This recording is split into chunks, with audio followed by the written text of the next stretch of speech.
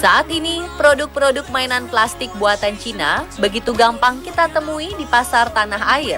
Segala macam jenis mainan, mulai dari boneka, robot-robotan, mobil-mobilan dari berbagai ukuran tersedia dengan beragam warna serta bentuk. Sebagian besar masyarakat Indonesia pun menyambut hangat mainan-mainan ini karena harganya yang sangat murah. Bahkan dengan Rp10.000, konsumen bisa mendapatkan 3 macam mainan. Harganya yang sangat murah membuat mainan-mainan asal negeri tirai bambu ini begitu diidolakan. Lihat saja sentra mainan Pasar Gembrong di Jakarta Timur. Lebih dari 90% mainan yang dijajakan oleh para pedagang di sini merupakan produk asal Cina.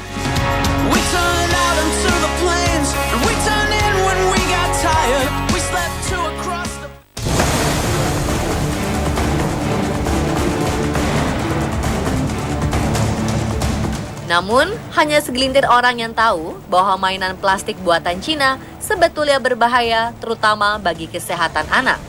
Dalam dunia industri, bahan yang sudah tak terpakai biasanya dibuang menjadi limbah, termasuk limbah atau sisa-sisa plastik. Di Cina, sisa-sisa plastik ini diolah kembali oleh industri mainan dengan proses kimiawi menggunakan logam berat seperti timbal. Seperti kita ketahui, timbal memiliki dampak buruk bagi anak.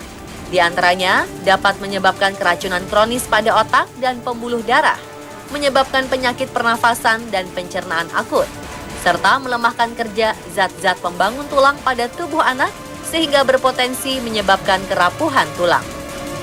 Tak hanya timbal, olahan plastik ini juga dicampur dengan penguat semacam formalin dan diwarnai dengan zat pewarna yang tak layak.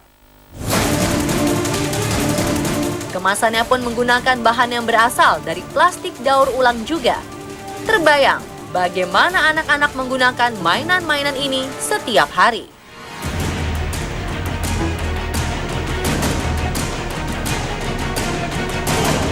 Tak bisa dipungkiri, salah satu daya tarik mainan dari Cina adalah harganya yang sangat murah. Harganya yang 25% lebih murah dibanding produk lokal membuat mainan-mainan asal Cina ini banyak dicari. Tak hanya pembeli, para pedagang pun lebih memilih menjual produk-produk dari Cina lantaran harganya yang sangat terjangkau. Bahkan mainan semacam boneka atau robot-robotan bisa didapatkan dengan harga Rp25.000 saja. Bandingkan dengan produk asal Amerika Serikat, Jepang, atau Eropa yang harganya bisa mencapai lebih dari Rp150.000. Selain bahan baku yang kurang berkualitas, ada banyak fakta miris yang membuat harga mainan asal Cina ini memiliki harga murah. Terdapat realita kelam di balik pembuatan mainan anak-anak di Tiongkok.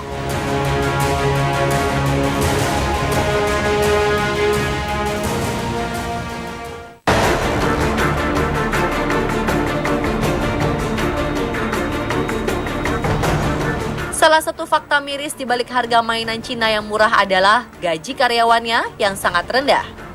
Produksi mainan memang dijual murah, namun pegawai dipaksa untuk terus membuat mainan dengan jumlah banyak. Karena semakin banyak mainan, gajinya akan semakin banyak. Karyawan pabrik mainan rata-rata digaji sekitar Rp3 juta dengan jam kerja lebih dari 10 jam. Selain itu, mereka juga tidak diberi tunjangan atau jaminan kesehatan apapun. Sistem bernama Hukou yang diterapkan di Cina juga tidak berpihak pada para pegawai. Menurut sistem ini, kesejahteraan pekerja seperti akomodasi, kesehatan, pendidikan, serta uang pensiun adalah tanggung jawab daerah tempat lahir si pekerja. Ini artinya, jika seseorang bekerja di luar kampung halamannya, maka ia tidak bisa menuntut kesejahteraan dari pabrik. Padahal pegawai pabrik rata-rata adalah orang desa yang datang ke kota secara ilegal. Bahkan untuk mendapatkan banyak keuntungan dan jumlah produksi yang bertambah, pabrik mainan di Cina juga menerima karyawan yang masih sekolah walaupun sebenarnya telah melanggar aturan. Sayangnya, banyak sekolah yang bekerja sama dengan pihak pabrik dan mengirimkan anak didiknya untuk magang di sana sebagai buruh kasar.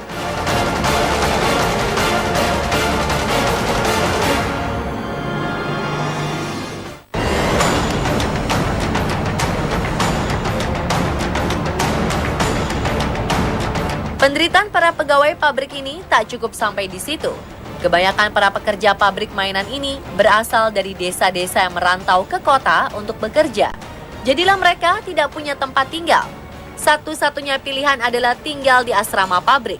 Kondisi asrama pun menyedihkan karena mereka harus berbagi kamar yang sangat sempit. Biasanya satu kamar dihuni oleh 6 orang pegawai dengan kondisi kamar yang tidak memadai. Bahkan satu kamar mandi digunakan secara bergantian oleh sekitar 50 orang.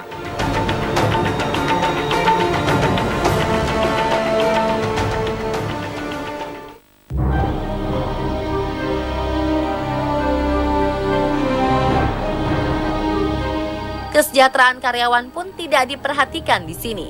Para karyawan hanya memiliki waktu istirahat selama 30 menit. Itu pun tak selalu full 30 menit. Jika makan dan ke toilet telah selesai, mereka harus segera kembali bekerja. Yang terpenting bagi pabrik adalah target produksi tercapai. Hal ini membuat para karyawan tertidur di lantai di sela-sela jam kerja. Selain itu, para pekerja juga tidak diberi baju pengaman yang layak. Padahal keamanan karyawan pabrik seharusnya menjadi perhatian besar bagi pabrik itu sendiri. Di beberapa pabrik mainan besar di Cina, telah banyak terjadi kecelakaan kerja akibat minimnya alat keamanan bagi karyawannya. Bahkan bahan kimia yang digunakan menimbulkan penyakit berbahaya, seperti kanker. Mirisnya, perusahaan tidak mau ambil pusing dan menolak untuk membayar karyawan yang tidak masuk karena sakit.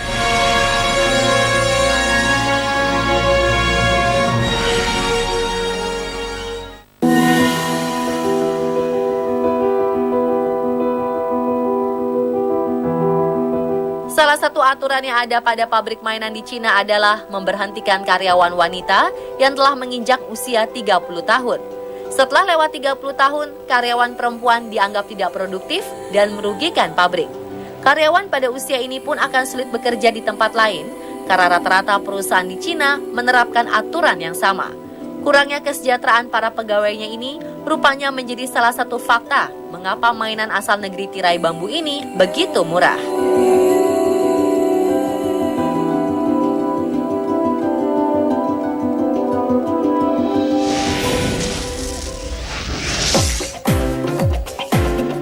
Jalanan yang indah ini bukan ada di luar negeri loh, melainkan tersebar di